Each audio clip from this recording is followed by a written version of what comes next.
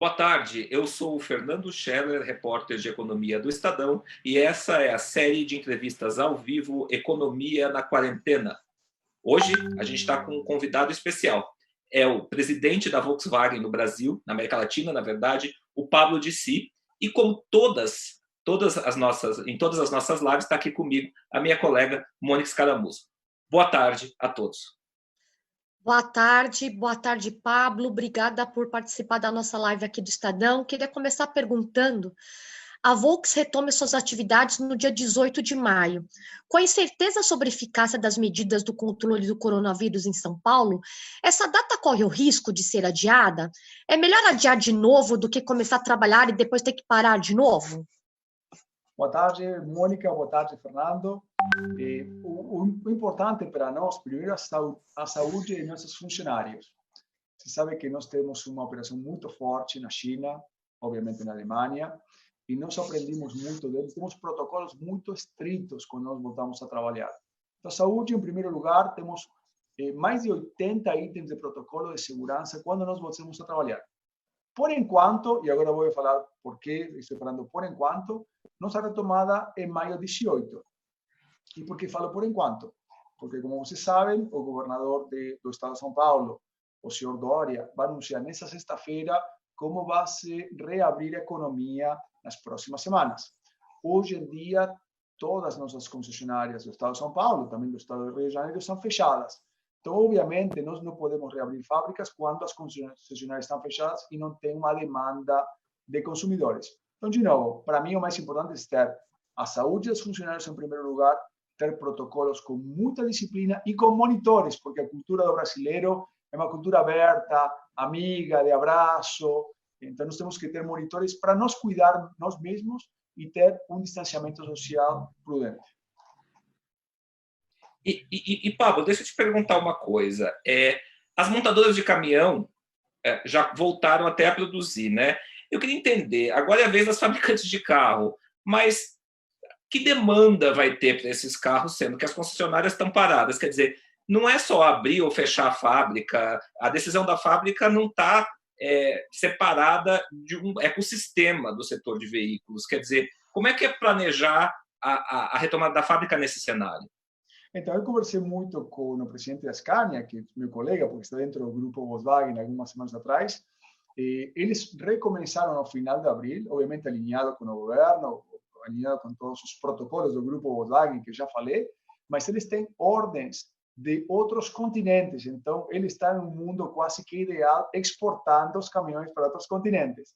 A maior parte de nossa produção para a América Latina, Brasil, Argentina e outros mercados onde estamos fechados. Então, o importante para nós na Volkswagen, Fernando, é equilibrar a demanda de consumidores com a produção. Nós não podemos produzir a mais para gerar estoque e queimar caixa e depois dar grandes descontos com grandes prejuízos para a nossa empresa. Então, esse ajuste fino, esse equilíbrio, nós precisamos alinhar bem com as políticas do Estado. Entendi. Ou seja, quer dizer, você acha que está faltando uma clareza nessa condução? Quer dizer, a gente não sabe exatamente o que vai poder abrir primeiro, se vai ser restaurante que vai poder abrir com mesa separada, se é concessionária. Quer dizer, precisa ter uma coisa meio que por setor para que todo mundo possa ficar mais seguro?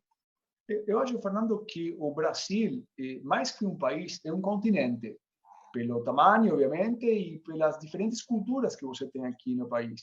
Eu concordo em ter políticas diferentes de acordo com a gravidade e capacidade hospitalar, né, de cada região. Eu acho que cada um conhece mais sua região. Não acho que Rio de Janeiro deve ser o mesmo que os estados do Sul ou os estados do Nordeste. Então, mas sim precisamos uma diretriz clara para poder planejar. Nós da Vox, eu sempre falo para nosso time que a data é o menos importante. Maio 18, maio 15, maio 25, não é que vai fazer uma grande diferença uma semana mais, uma semana menos. O que sim vai fazer grande diferença é seguir os protocolos de segurança e saúde em nossa empresa. Para nós da Volkswagen e para todos os fornecedores que compõem a família Volkswagen. Pablo, empresas como a Magazine Luiza, eles fazem um controle rígido de como o coronavírus está afetando a equipe deles, né? A Volkswagen acompanha esses dados de perto. Qual que é a situação atual? Então, nós temos WhatsApps diários do nosso time de recursos humanos, nossos médicos que acompanhamos caso a caso, em detalhe, obviamente sem falar os nomes das pessoas, sim? E dar o acompanhamento e seguimento para os nossos funcionários. Gostaria de falar um pouquinho, Mônica, dos protocolos que nós temos, porque são muito rígidos. Por exemplo, nós fizemos muitos vídeos de 5 segundos, de 1 minuto, para explicar para nossos funcionários como eles precisam entrar em uma catraca. Quando entra em uma catraca é muito simples você tentar colocar a mão e passar. Então, fizemos vídeos de como vai ser medida a temperatura. Eu preciso descer do meu carro, eu, em primeira pessoa, descer do carro, medir a temperatura, entrar na fábrica sempre de máscara, higienizar meu próprio espaço de trabalho, mesmo que nós tenhamos pessoas higienizando, cada um é responsável por higienizar outra vez, mais uma vez, quando chega no seu posto de trabalho. Então, tem várias metodologias que nós aprendemos da China e da Volkswagen na Alemanha, que nós precisamos seguir, e a disciplina é fundamental. E para isto, nós vamos ter monitores no restaurante, no chão de fábrica, nos escritórios, não para ser um polícia, mas para ajudar a todos a orientar para seguir todos esses procedimentos que são muito necessários. E vocês estão trazendo tecnologias novas, quer dizer, como vai ter uma espécie de treinamento, por exemplo, do dia 18, vamos supor que vai começar dia 18, embora a gente não tenha certeza ainda. Vai ter um treinamento geral para ver se as pessoas estão sabendo, se estão enviando cartilha, como que está sendo esse processo de preparação? Ótimo, acho que você, Fernando e Mônica, vocês são expertos na comunicação, mas para mim é comunicar. Você precisa atacar de todas as formas. Então, o que nós fizemos? Nós temos um aplicativo no celular para todos os funcionários do Volkswagen, que temos mais de 98% de nossos funcionários já dentro desse aplicativo. Não pela pandemia, mas já instalado há 2 anos atrás, onde olham os Solerite, os comunicados. Aí nós temos os vídeos, as cartilhas, já marcamos todo o chão de fábrica, todos os escritórios, todos os elevadores, no refeitório, no restaurante, separamos as mesas, todas marcadas. Então, nós atacamos de todas as formas, de forma escrita, ¿sí? Por e-mail e principalmente digital, porque nosso time da Volkswagen é muito digitalizado. Então, continuamente, todos os dias, nós estamos fazendo treinamentos online de quais são os novos procedimentos ao chegar à fábrica. Porém, Fernando, eu acho que o trabalho dos monitores e o dever cívico coletivo, que eu chamo, é fundamental. O que é dever cívico coletivo? Quando nós voltamos no dia 15, 18, quando seja, é importante não ter hierarquias.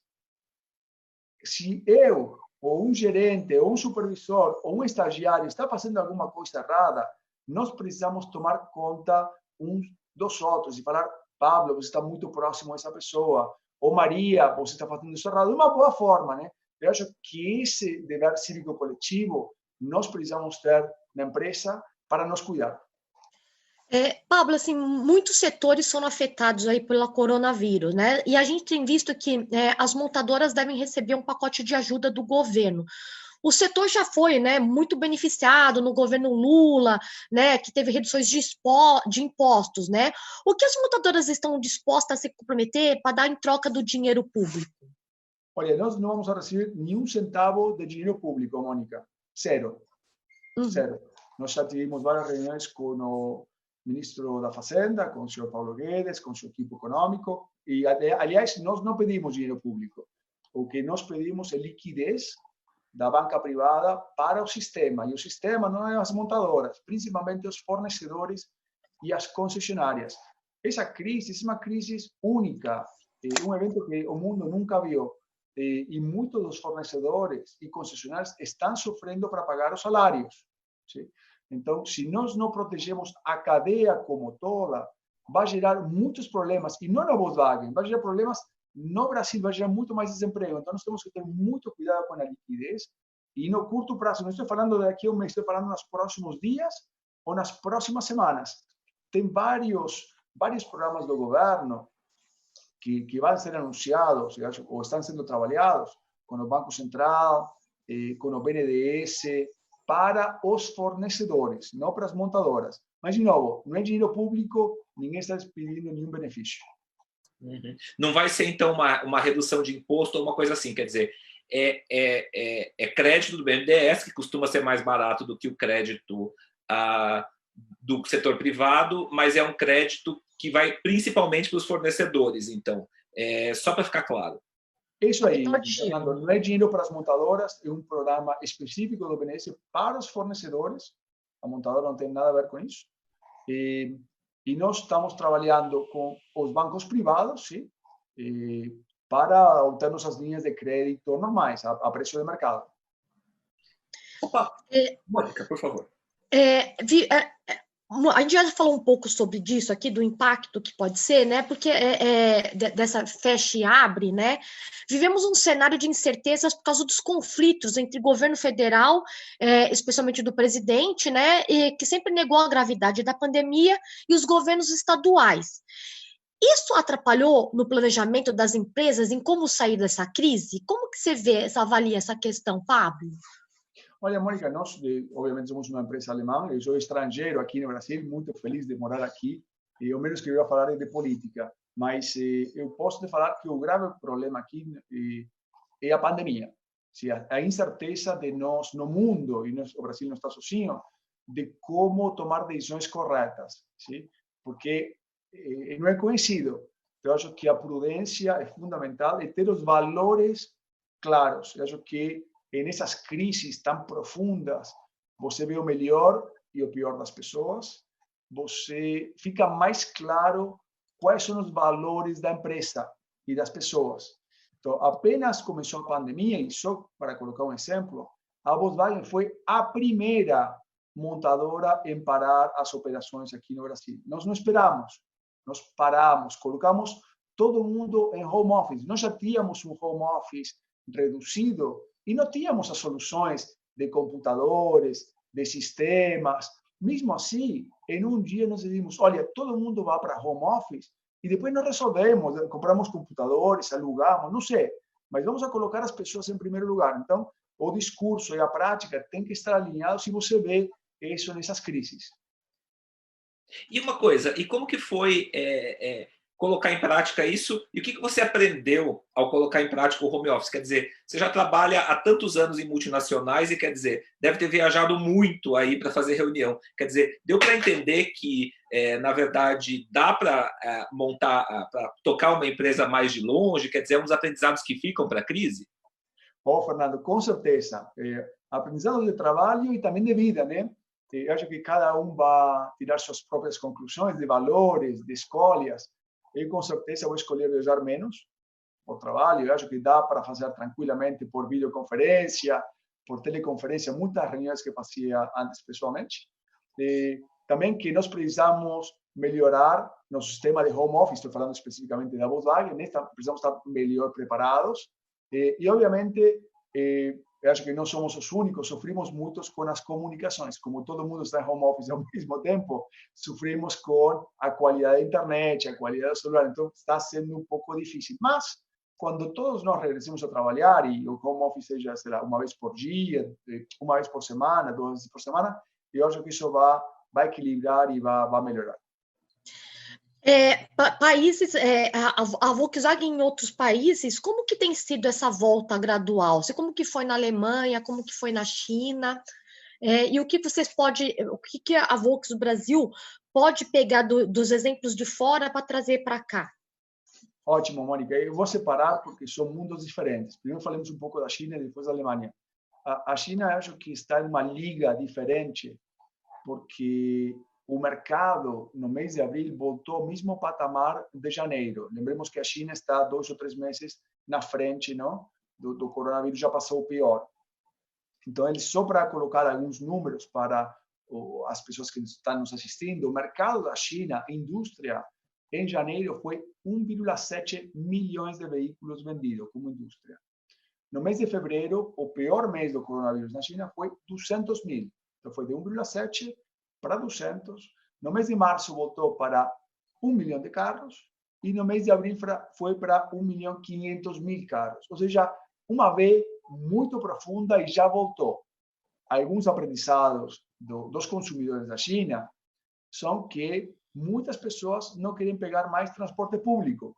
Então, nós estamos vendo um boom de vendas de carros, principalmente naqueles segmentos mais econômicos. Mas esse é o mundo da China.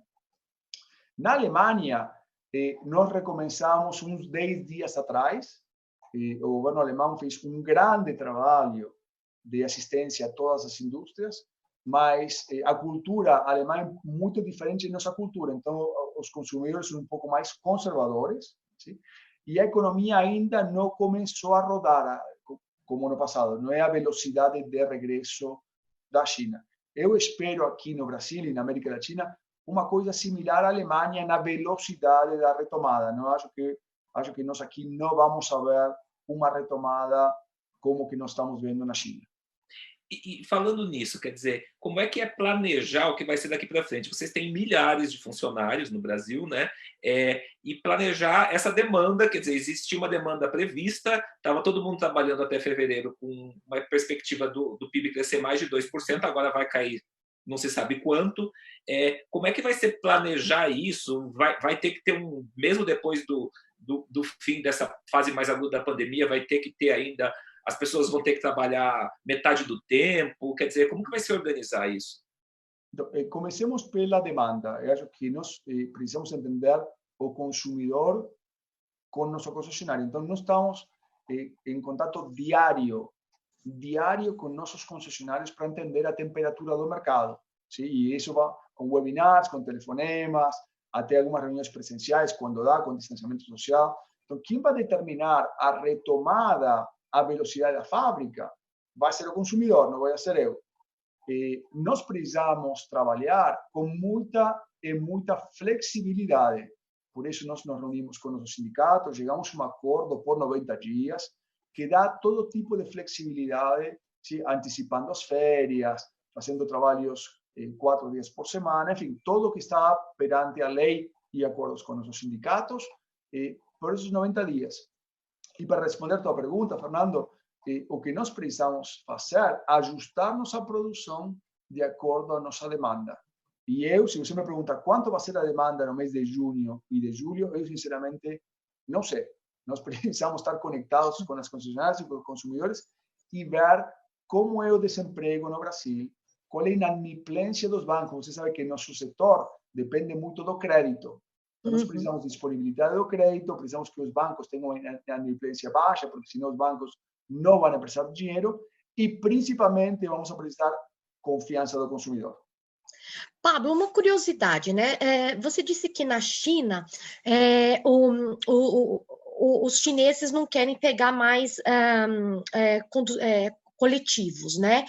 Como que vai ser o perfil do consumidor no Brasil pós-coronavírus? A gente veio muito a tendência aqui é comprar carros grandes. Você acha que as pessoas vão ficar mais contidas, mudar o hábito de consumo? O que o carro do futuro precisa ter para pós-pandemia? Como que você vê isso?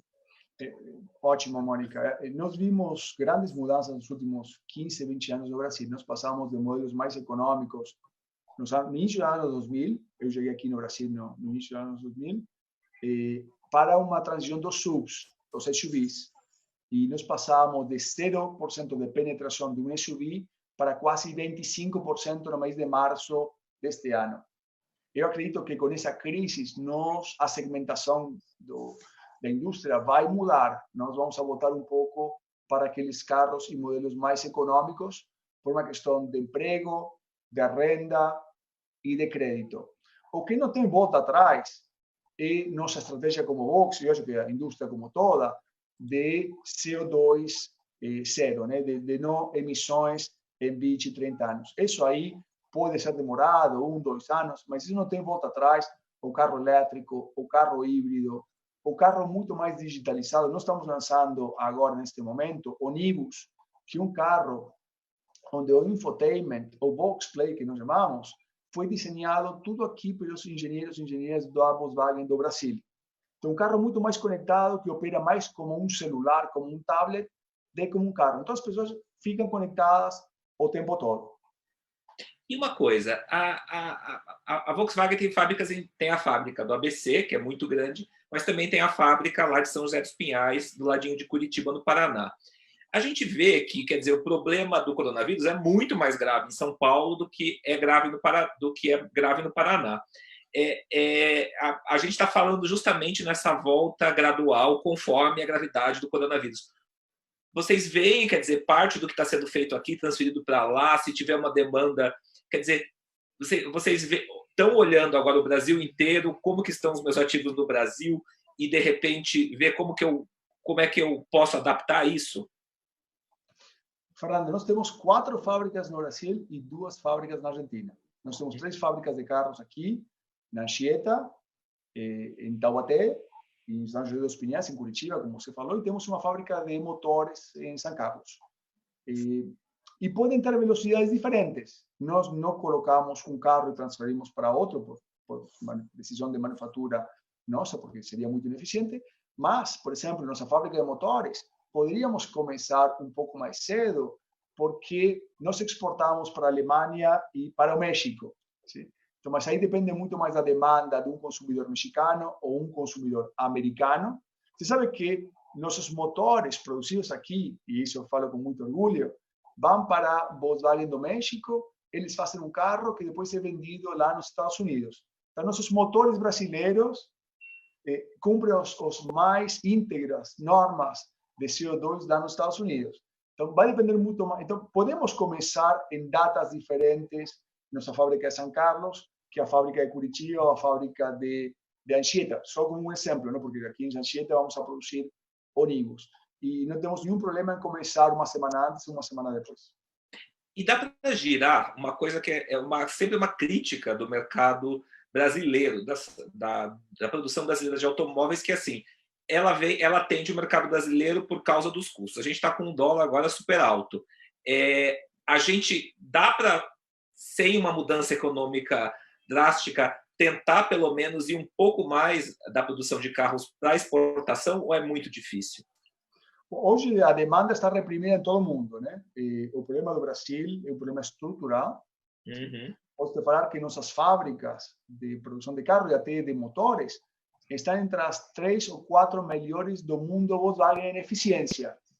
Nós temos uma mão de obra aqui no país extremamente qualificada, temos processos eficientes, mas depois quando você coloca o custo logístico, o custo tributário, todas as coisas que nós já conhecemos, que não precisamos entrar em detalhes aqui nesse call, não vão ser solucionados nem esse mês e nos próximos meses. Tem que ser uma agenda mais ampla, que é como o ministro Paulo Guedes tem em mente de reduzir os impostos, enfim, reduzir um pouco a burocracia. Obviamente, a oportunidade com o real dólar, poderíamos exportar mais, desde que exista demanda em outros países. Acontece que com essa crise global, como nunca vimos uma crise dessa magnitude, então, obviamente, a demanda em todos os países vai estar um pouco mais reprimida. Mesmo assim, nós como Volkswagen, nós lançamos o T-Cross, um SUV, o ano passado, e esse ano iríamos a começar a exportar para o continente africano. Primeira vez em nossa história. Agora temos que ver como reage o continente africano, se eles vão querer nossos carros, que são carros que de nível mundial, em termos de segurança, conectividade e etc. Como que a crise política aqui no Brasil, na sua opinião, afeta, assim, né, como que está afetada a economia, né? A saída dos ministros Mandetta, do Moro, foi uma distração desnecessária nesse momento? Como que a matriz vê essas disputas políticas em meio a uma clara crise global? Olha, nós, na Voz, quando eu apresento para o Conselho Mundial, eu raramente apresento a parte política, porque nós respeitamos os países onde nós trabalhamos. Eu falo muito mais da economia e os efeitos. E, obviamente, quando eu preciso explicar a economia e por que o dólar pula para lá, eu preciso explicar que o ministro saiu por tal motivo ou tal motivo. Mas eu acho que a pressão do dólar agora não é tanto pela saída do ministro, mas muito mais por uma situação mundial, onde os ativos dos países emergentes estão indo para refúgios, né? para moedas mais duras. Então, nós estamos aqui no Brasil há mais de 65 anos. Nós já passamos muitas e muitas crises. O importante aqui é manter a cabeça fria ter claros os valores, que as pessoas são mais importantes do que vender um carro e gerar receita. Obviamente, não estamos aqui para fazer um negócio e precisamos respeitar o país onde nós trabalhamos e tentar contribuir. Nós conversamos muito com o governo, gerando ideias, propondo, desafiando de uma forma profissional, para contribuir para o desenvolvimento do país. O Pablo, e assim, a gente falou de muitas coisas ruins que trouxeram a crise, né? E quer dizer, o baque para a economia é realmente muito grande, né? Mas eu queria entender, está tendo algo de bom? Você está percebendo uma união melhor dos funcionários, uma tentativa de fazer mais? Quer dizer, tem alguma coisa de positivo que está dando para tirar de tudo isso? Olha, eu te falo dois pontos. Primeiro da Volkswagen e outro de coisas que eu percebi de fora. Primeiro, eu faço muitas vezes lives com nossos funcionários, café da manhã digitais, né? E em todos eles, os funcionários do Volkswagen são muito agradecidos pela forma que nós cuidamos deles e delas. Muitas coisas que nós conversamos aqui. E apenas começou essa crise, eu vi um movimento do bem na maioria dos empresários. Eu gostaria de ressaltar que, com tanta coisa ruim que apenas você vê as notícias, claro, tem mortos, infecções, é difícil, né? É muito difícil para todos nós gerenciar isso daí psicologicamente, mas eu vi muitos e muitos atos de bondade, de solidariedade, que os empresários falavam: olha, eu produzo, sei lá, sabonete, eu produzo carros, eu tenho uma empresa de logística, eu tenho uma empresa de eletrodomésticos, e cada um tentava contribuir da melhor forma. Então, eu vi muitas ações boas, algumas foram comunicadas, outras não. Por exemplo, e aqui é um aprendizado, Fernando, nós estamos consertando respiradores em conjunto com o Senai, dentro da nossa fábrica Volkswagen, lá na Anchieta. Você tem uma ideia, orgulho para os nossos funcionários, quando eles entregam o respirador, falar que salvaram 50, 60 vidas.